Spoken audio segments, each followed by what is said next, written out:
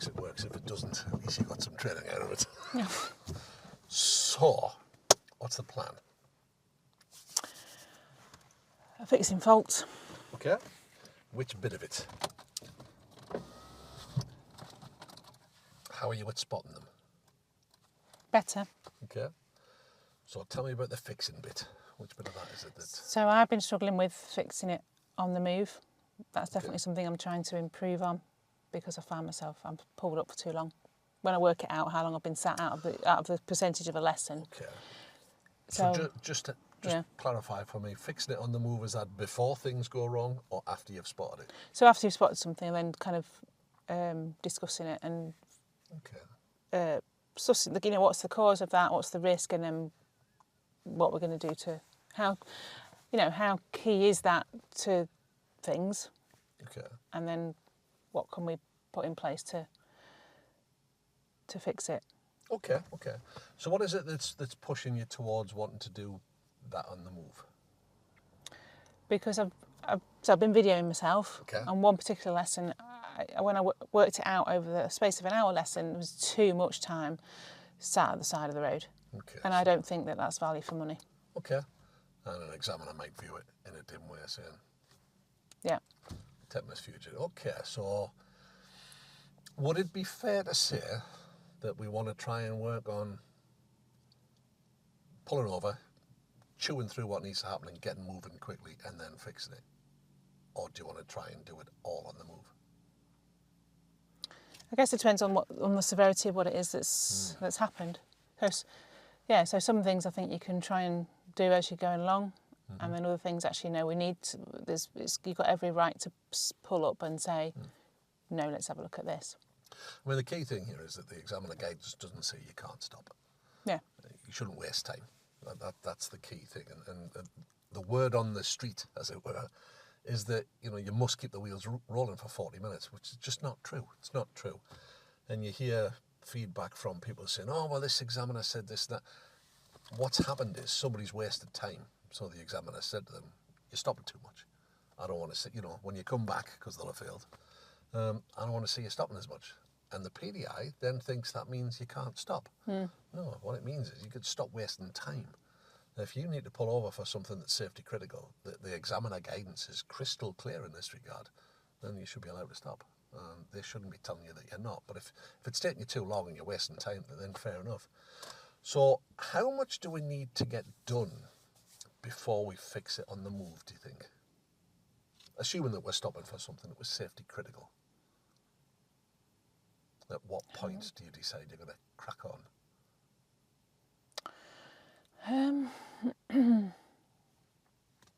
I'm not quite sure. Okay. So you've seen it, you've brought it to their attention, you know, sat at the side of the road, and we're investigating what's gone on. So obviously we know the difference between symptom and cause, so we have to find out what the cause is and what's actually created that issue. So the first thing, of course, is, do they know they've done it? Yeah. And if you say, did you realise you did that? And they go, yep, then you're probably dealing with a bad attitude rather than a lack of skill, lack of knowledge. So we can go through the advantages, disadvantages, but the key thing, for me anyway, is that before the wheels move again, the person in this seat must go, yeah, that needs fixing. So you've got to find out what's causing it and then address that. Then the rest you could probably do on the move, because you could talk them through their first attempt at it. And there's nothing wrong with that. That's still part of a coaching process. If you follow it up with, how was that? What have we learned from that? Does that make more sense to you? Oh, yeah. Okay, have a go on your own on this next junction. So you're moving the thing on, but you've only stopped for the bit that you really needed to stop. It's very easy to get caught up in a very flowery discussion about who's going to do what and risk management and this, that, and the other. No, we've identified what the problem is. We've got them to agree that it's something that needs fixing. So that's the sussing part, and this is the really important bit, and it's the bit where people fail, because they don't get to the crux of the matter. They don't find out what the cause was. And the cause is either bad attitude, well, my dad does that, no wrong with it, lack of knowledge, lack of skill, lack of understanding. So once we've found out what it is, we can then apply a fix. We can then hand over responsibility to them. So it's a little bit old school, that approach, but I think for a part 3 exam, it's okay, because it doesn't waste time. Once they agree that it's something that needs fixing, you give them whatever help they need, fix it, and then pass the responsibility to them. In that way, maybe spending a bit less time. Does that make sense? Yeah, it makes sense. What about if it's something that they kind of is a common fault for them, and even though you've discussed it and you got to the cause of it the previous time, maybe you've had a couple of weeks off or whatever, and they've come back for another lesson and they've made the same fault. Why would that happen? Well, they obviously don't quite get it, but when you feel like you've... Have we really got to the cause if it's still happening? Like, I'll give you an example, because this learner of mine today, so pretty much every time we come to the end of her street and her T-junction, she'll brake late and often go over the line. Does she then say to you, oh, sorry, I forgot. Oh, sorry, I've done it again. Well, I said, well, I'll... Not usually, but, well, there must be some kind of... But then I also say, well, what caused that? She said, well, I was braking too late. And we've had that discussion, and so last time we went, well, let's start braking a little bit earlier. Oh, does that help? Oh, yeah, that helps. This is a key component of this, and I'm pleased that you brought this up, because this really digs into where the problems are. So if she's, I've done it again. I keep forgetting that, don't I? It's a list of things to remember that they've forgotten, a list of things to do that they've forgotten. It's slipped their mind. It's not important to them. And it needs to be important to them. And it's no good saying, well, if you do that again, you'll die. So we've got to get it to resonate with them. It has to be their goal to fix it, so that we're putting stuff in place. Now, what we can get caught up in, and I'm not saying you've done that, but it's something to think about during your reflection after the lessons. Were you trying to get them to understand what you already understood needed to happen, or were you trying to understand what they understood? It's a big difference. So often, instructors, and I'm as guilty of it as anybody, we know what should have happened. So we kind of, if you like, we're leading the witness rather than just say, well, what's the advantages of the way you do it? Are there any disadvantages? And then say, well, if I was doing it, I would do this. That's a good way of introducing it. Let's look at the advantages and disadvantages of what I would do. And then say to them, which one of those two things do you think is the safest way of doing it? That's that. Okay, so how can we make sure that we do that? And then, and if you're talking them through it and they do it on their own without any help, and they come back to it, it hasn't really resonated. It's not really, you don't suddenly change what your politics are and then go, oh God, I forgot. I voted Green, I forgot that. Because you came up with that idea. That was your idea, so you don't forget it. And there's the same sort of thing at play here, and often we can get caught up in this chasing the same blooming thing again and again. Oh, damn, it becomes frustrating for them, it becomes frustrating for us. So a little bit of thought about, well, what is really causing this? And it's that, if you like, that forensic line of questioning that reveals what that is, should then lead to a fix that shouldn't be forgotten. I'm not saying they're not going to forget, because we're human beings. But does that make sense? So I've obviously not quite got to the cause of it, because she, well, it'll happen, and she'll be like, I need to start braking it earlier, and then we'll go around the block, and she'll do a thing. And she's like, yeah, that's it now. That's and then we'll go on and at traffic lights, and she'll brake that bit sooner. But then the next lesson, it's almost like she's got to go through that process. Yeah, we're not getting in far enough. It's not becoming part of who she is. And a great example of stuff like that is, you're at the supermarket and you're coming out of there and you're in a hurry to get home to make the tea or whatever, and you're not really paying attention. You step out in front of a car, and has that happened to you a second time?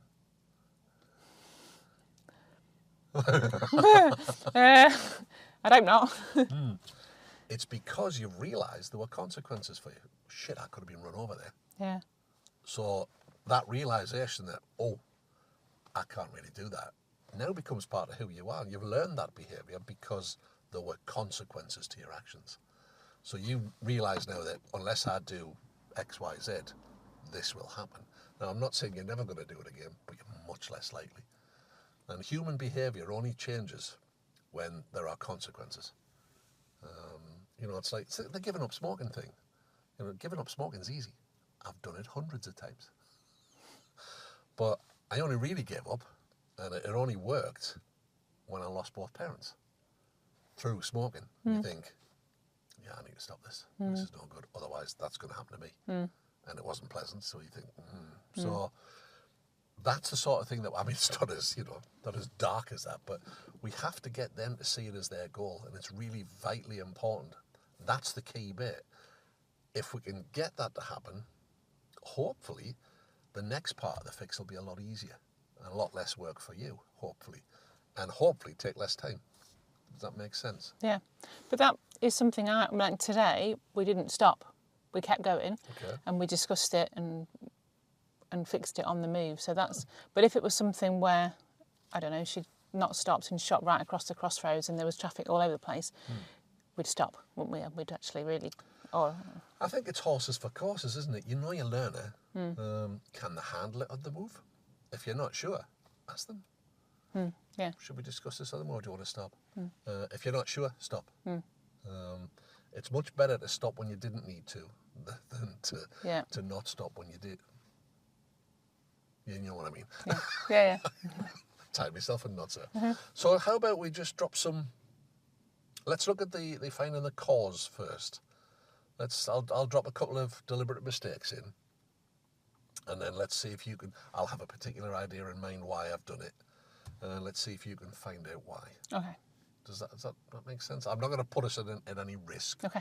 Yeah. But they won't be subtle, because they never are they? We're learners. They're very rarely subtle.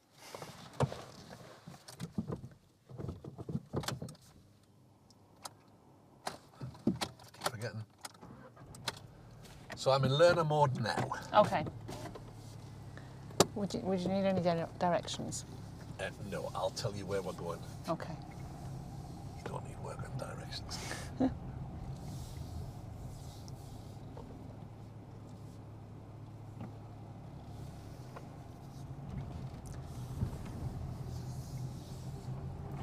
Is that the outcome you were looking for?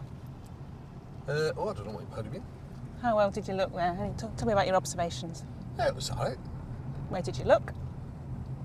Well, look right and left.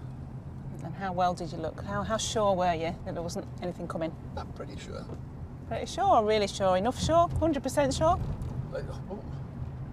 So, do we tackle this on the move? So here's a key question. Back in Bob mode. Yep. Do we tackle this on the move or do we stop? Let's stop. For what reason? But you could come to the next junction and not look again. Or not look properly enough. I thought for a minute you weren't going to say anything. I knew you'd seen it. So how happy were you with your observation? No. When you look back at the video, you'll see I did sneak a look to the right. So I didn't just blindly pull out. But it just wasn't enough, was it? No. So when you questioned me, what was my response like? Well, you seemed initially that you were okay with it. You were quite happy with that. Yeah. It was only when I sort of said, are you 100% sure? And you were like, What about my body language? What was that telling you? You seemed to be, you were all right with it. You didn't. A bit of that, wasn't it? Yeah, you didn't. Yeah. Am I buying into it? No. No. Stop. This car's not moving. If it was me, this car's not moving again. Yeah, because of Until the we reach reaction that you've got. Yeah. So I'm not real. So I think this possibly, in fact more than likely, falls into the bad attitude. It's likely learned behaviour. I watch my dad drive, probably how he drives. So I'm not really buying into it. I'm not believing this message. You've pressed me and said, well, you're 100% sure? So all the feedback you're getting says, stop. Yeah. If I'd gone, I should have looked a bit more, shouldn't I? Then I know I should have done it, but I didn't. And I've forgotten. Why would I forget? Because you don't really get why. You don't really see the importance of it. I'm kind of half buying into what you're saying, aren't I? What you need from me is, Ping. I better stop that. Yeah, and then I would say, should we make that a goal now? Let's just suspend what we were doing and let's just sort this out. Talk to me about your observations. Tell me what 100% safe looks like. And if I say, well, I said, well, and you might even introduce it. And if you want to like do a short circuit or a shortcut to it, just say, if I was observing that, I would go, what's the difference between our two things? With mine, I'm 100% sure I'm safe. Do you want to be 100% safe? 100% of the time? Yeah. What does that bring you? Consequences. Probably much less likely to have an accident. Oh, yeah. Does that make sense? Yeah. Okay. So what we'll do is we'll pop it in here. I'll give you a lot of help on this first junction. We'll put it right, and then we'll see what we think. And the next bit you can do on the move. You talk them through right, left, right, left, right. Right, now we're 100% sure, aren't we? Right, off you go. Okay, now then, next junction. Let's see if you can do that. Then learning is being shown to have taken place. How does that look from the back? Yeah, great. End product. Yeah. You've done something. We haven't spent too long chatting about it, and you've fixed it. That's what they want to see. They want to see us manage safety critical incidents, and that's what that is. Straight away, I could see you were on it. Oh, yeah. I'd have braked. Stop. Where are we going here? Where do you need to look? Now, you can't always catch it that way, but I'd have just put the brake on. Stop. Where are you going? How about my blind spot before I moved off? How was that? You didn't look 100% convinced, but you didn't say anything. I don't think I was focusing at that time. Oh, okay, that's fair enough. I wasn't in mode then. No, I didn't look that. It looked like you were giving me that. No, I wasn't. Really, okay. I couldn't really tell you whether you did one or not. Then thank you for your honesty. Yeah. It was all right, but It wasn't great. Okay. if you told me about it, and let's assume that you have, you say, "Are you happy with that blind spot check there?" I'm going to say, "Yep." What are you going to say?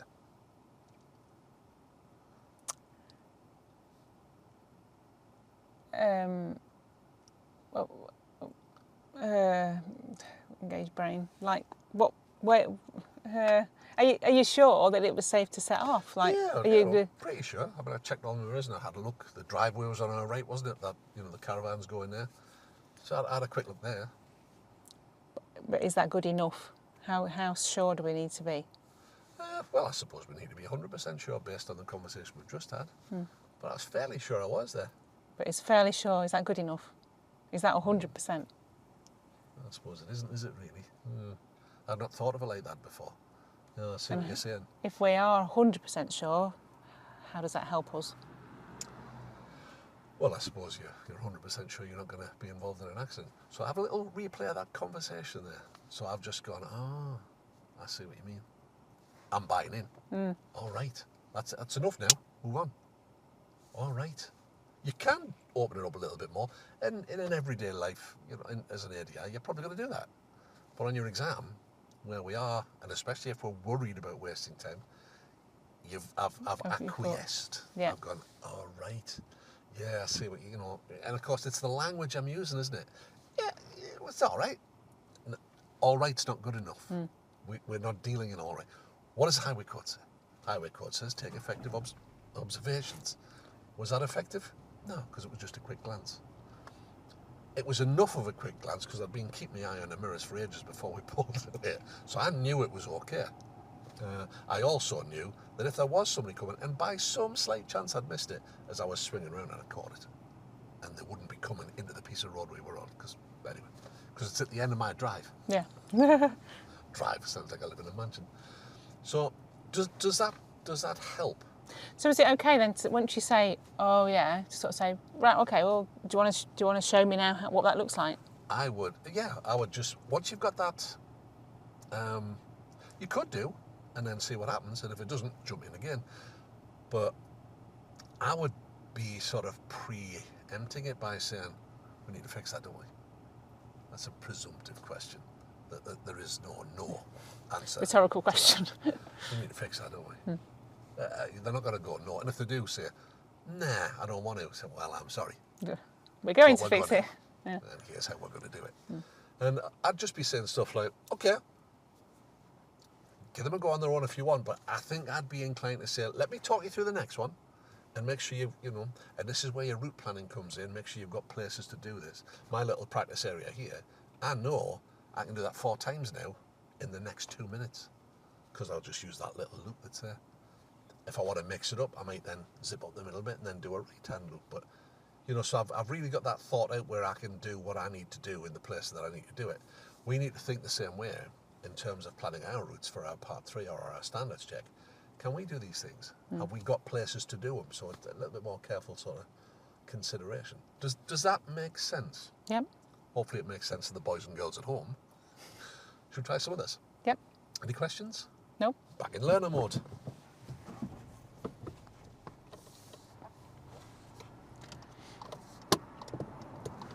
So how was the timing of the signal? Was it not okay? What did you see when you looked in your mirror? Well, the car. Yep. So where were they? They were behind. I was just letting them know I was pulling away. Yep. But what might that make them think?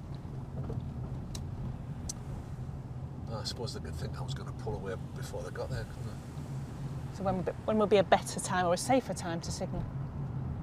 Probably after they've gone past. Does that make sense? It does, yeah. So what's your strategy now? Out of roll? We're going to go left, yeah? Yep. Stop just before that. So there's a little bit of traffic because we're just hitting Yep. one of those factories coming out. So I'd be stopping here and waiting for another car to come to prove it. And once I saw the car coming, I said, drive on when you're ready. Possibly. So you've got the opportunity here to repeat that. Maybe. So is it right to kind of say, well, should we have another go at that? Yeah. So, do you understand why that's important? Yeah. Or you could just pull over and say, okay, let's assume there's a car coming now. Point to where that car would be when you decided when you're going to signal. And the answer is there. Mm-hmm. Brilliant. Off you go. Yeah. So you've demonstrated that this person's behaviour has changed. Does that make sense? Yeah. Back in learner mode. I'll go left at the mini roundabout.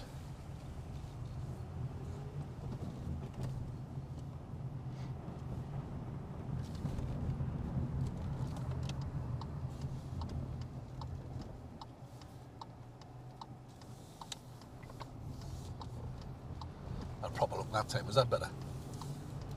Yeah, great. Yeah. Oh, good. Did you do something wrong there? Because I'm not. I'm not sure.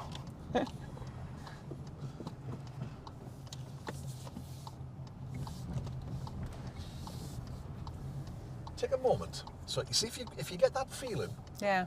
was that all right or was it not? Get the car to stop. And now just replay it in your mind. So a couple of things for me. Felt like you came in a little bit too fast. Okay.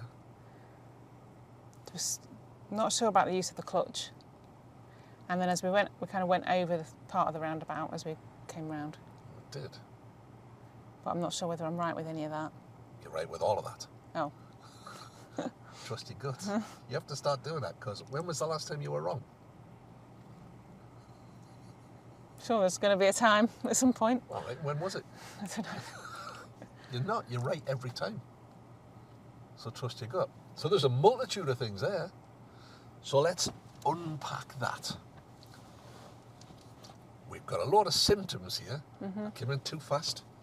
You've already identified probably why that was, because the clutch was down and we're coming downhill.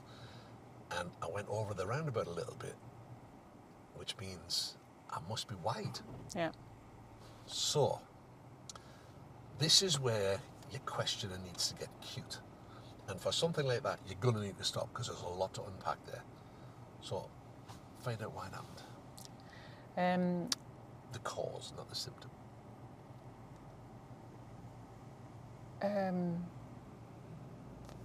Well, are you happy with the was that the outcome you were looking for there? At that? Yeah. Yeah. Yeah, I managed to look much more like you were saying before that. The observations, happy with the observations? Very. Yeah. Was there anything you weren't quite happy with? No. No? How did the speed on approach feel? It's all right. Maybe a teeny bit quick, but it's Okay. all right. So, yep, I would agree, a little bit quick.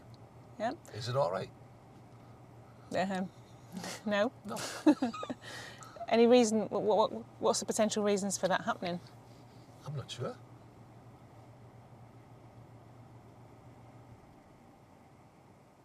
So that provides you with a difficulty, doesn't it? I'm just giving you that silence and waiting for you to think. It's not going to happen. Oh, okay. You're not in thinking mode today. No. What's the potential reasons for coming in, for being too fast? Well, Are you asking me as Bob, or are you asking me as I'm the asking learner? you as a learner. Right, as the learner. I don't know.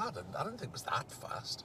Okay, well, as we came round the corner, what happened actually with regard to the position of our car? I don't know. It felt okay. Okay. Did you realise that you came slightly wide and you were over the roundabout slightly? Oh, I didn't know.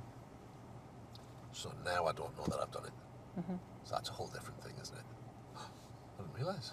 Oh. Then you can talk to me about what the problems are. But you've identified why that's happened. I didn't even realise I'd done it. So first port of call is raise awareness. So you weren't getting anywhere. You'd done exactly the right thing. Did you realise you were wide there? No. Did you realise you were too fast? No. Oh. I'm not very good at this, am I? But I'm happy with my little bit self. Why am I happy? Because you did all your observations, you're happy with that. That was better. And my observations, how were they?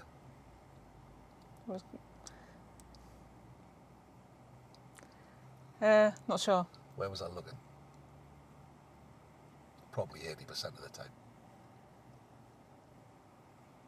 To the right? Do I need to look 80% of the right? Well, about like always. How do I split that up?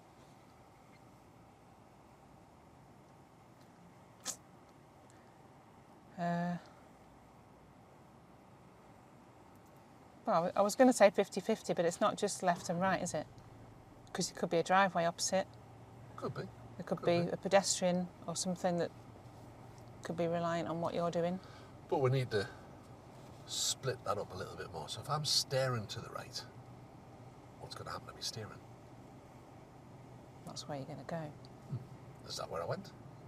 Yeah, it was a little bit, yeah. So that's the cause, because I was looking to the right too much. So if I'm staring to the right, I'll probably drift to the right. Mm-hmm. But the other stuff is just because I was concentrating on that, some of the stuff went a bit iffy. We don't know yet whether that was the case or not, so we fixed the observations. So what's your plan for that now? We're not 100% sure what we need to do, whether it's going to happen again, in fact. Was it just looking to the right that caused it? So what's your opportunities for finding that out? Well, I get my main thought process would be that if we fix the speed and come in slower, then actually the other things might fall into place better. And actually maybe say, right, well, you focus on the speed on the next one and potentially I do the other bits, but just get the speed right first. Okay. And then once you're happy with the speed, then we can then add on the other bits. Okay. So why speed first? Because if you can slow it down, then that allows you more time to steer or more time to look. And of the two things that you're going to work on, which is the most safety critical? We were a bit wide. We weren't a massive amount wide. We weren't impacting adversely on the road user. So the speed is the most safety critical one. So yeah, fix that first and then come back to the other. Where will you go to fix it? We'll go back round if we Same can. place. Back to the scene of the crime. Yeah. So try and keep in mind when you're looking at that. So can I get back to that? Yeah. Because otherwise you might end up looking for somewhere else to do it and then never finding somewhere. So if you can get back to that. But if you're stuck and you can't, and potentially you can't, you can just you just use the next junction and just try and recreate it. Yeah. There. Yeah. So I mean, you might want to tackle both of those together. We're going to go back around the block and come back to this. We're going to come in a lot slower this time, and let's see what impact that also has on our positioning. But of course, you've got the chat about the observation. So okay, well done. But now we've gone too far the other way. We're staring too much to the right. So let's balance that out. So you might remind them on the way in. So you're now juggling a lot of things all at once, but you know what the problem is. You know what's caused it. Often with these situations, people will, it would have been very easy to jump on the coasting there. But is that really what was causing it? Maybe, maybe not, but it was the fact that I was staring to the right that got it out of hand. And I'm really thinking about that. So that was my reasoning here.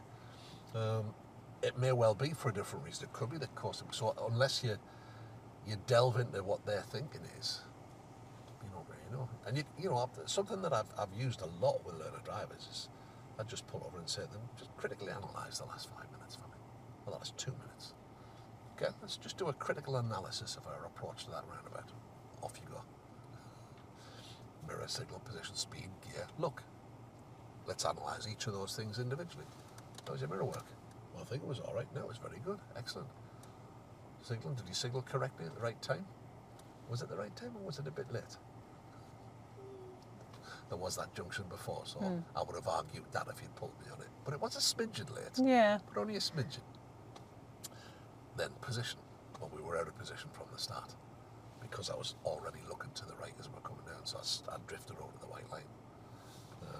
I suppose that was a little bit subtle, so that was a bit naughty. And then, you know, position, gear, and then our final tuck-in. What was that like? So they go, oh yeah, I was too wide, wasn't it? Okay, so if we're going round and doing that again, let's look at what we need to do and then talk them through it. So we need to come in a bit slower, we need to clutch up after we change gear, and we need to tuck in and look both ways. Let's go back round, I'll talk you through this next time. Back round, how was that? Then you can do the next bit on the move. Well, that was much better, okay. So we've learned that if we get a bit more control on the approach, then we can tidy things up. So I'm going to go back around, you can do it on your own this time. Bang, bang, bang, fixed. Does that make sense? Yep. But it took a little bit longer to get this one unravelled because there was more to unravel. Now, if you're the examiner sat in the back, how are you going to view that, do you think? Because they'll have seen what's happened as well. Well, the fact that you stopped, you mean? And that you've taken a bit longer than the last one, which you got to straight away. Yeah, but it needed sorting out, didn't it? It needed... Yeah, and that's the key thing. You did what was required. And this is the most important thing on a Part 3 exam or a standards check, that from that seat, you do what's required in this moment with this learner on this day, based on what's just happened. And if you do what's required, you're always going to be okay. You might get some criticism at the end. You could have done that a bit quicker. You could have got to it earlier. You could have done this. But they're not going to be saying your basics are duff, so you can't get above 30 points, which is what the problem is for most people. You know, they run around making everything a teeny bit better. And I just won't do, because you've fixed nothing. That's school of mum and dad. Is it all right if you fix some of it but not all of it, or if you, like, say you miss something? Because I just feel like you don't always see everything, do you? Because I feel like, anyway. Let's just see what you only see what you're looking for. You only hear what you're listening and if for. you're not looking at that moment, at that thing, and you miss it. Of course, that's easy to do. That happens to us all. But let's assume that you've fixed 60% of what's gone on, and there's 40% left that you're still working on, that you've identified, but it's not fixed yet, but you're working on it. How would you view that as an examiner? Do you reckon? I think that's okay. As long as there's some learning that's taking place in the... There's a whole lot of variables. You know, a good examiner will take into account that, well, you're probably a bit nervous. Maybe you'd get onto it a bit quicker. Maybe the learner's a bit nervous. Maybe this, maybe that, maybe... But you're doing the right stuff. Could have done it quicker. Could have done it earlier. Could have done this, could have done that. That's a B rather than an A. But it's not a fail, because they can see that you're doing the right stuff. You've seen it, you've said it. You're in the process of sussing it and sorting it. So you'll be all right. So, you know, that's twos. One is, well, I can see that you knew what to do, but you're just not doing it, and that's what normally happens. I can see you know what to do, but I've got no evidence that you're actually doing it. For me, you know, the feedback I would give to you is you've got to start trusting yourself. You're good at this. You're really good at this. Trust your gut. You've not been wrong yet. How many times have we done that where I've said to you, you're going to say something then, because I know you've seen it. Because I can feel you looking at the time. Does that make sense? Does it help to sort of alleviate some of the fear over, oh, what about this, what about that, what will I do here, what will I do there? Some of it, yeah. It's just, it's that split second thought process, and sometimes when the thought process isn't quite there quick enough, it's then like we've gone on to something else, and I think I'm definitely getting better at seeing it and saying it and doing it then, but then sometimes like we're on top of a roundabout, and then I'll say, right, well, and I'll write it down, and I said, well, just think about it, we'll come back to that in a minute, let's just deal with this first. but then it's too far, you can't then go back, or yeah. Yeah, it can be difficult, and I think that, again, this is why it's important to have a lot of thought into your practice areas and think, well, can I get back to places if it's going to go wrong? So maybe not casting your net so far out. Yeah. Because you can get caught up in, because if we were trying to deal with stuff up here, it's different because there's parked cars on the left here, then on the right, so there's nowhere to stop, then there's a pedestrian crossing, then a set of traffic lights. Yeah. So we'd be a long way around here. So for me, I knew I was going to do all of that there. So I knew if you were going to want me to stop, I'd just pull into here. So these could be good places. I was going to say, you're all right to use car parks and all sorts of things. Yeah. As long as they're not car parks where the council have said you're not allowed. Yeah. So I think it's just, if we think of it from an examiner's point of view, if you were turning up for a standards check and you'd been at ADI for 4 years, they'd expect you to be sorting stuff out in pretty quick order.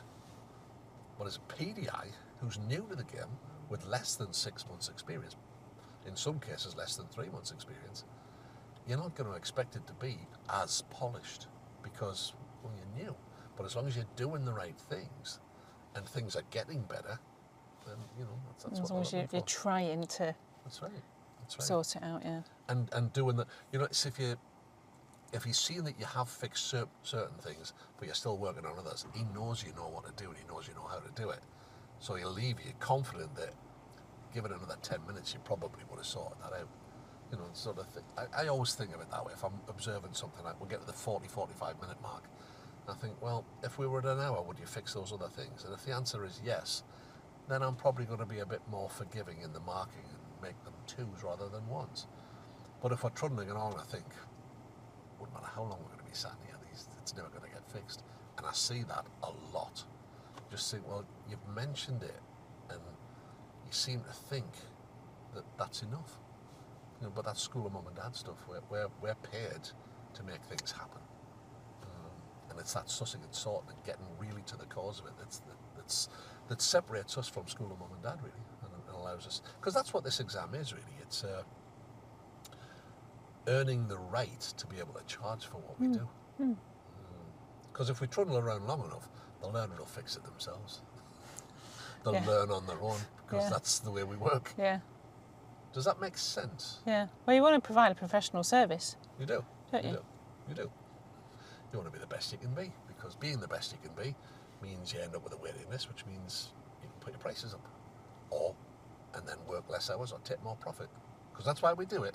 I mean, I know the pursuit of money is ugly, but if you didn't job need money... satisfaction as well, isn't it? Oh, that's right. If you didn't need money, you'd be laying on a beach in the Bahamas somewhere, so we do need money.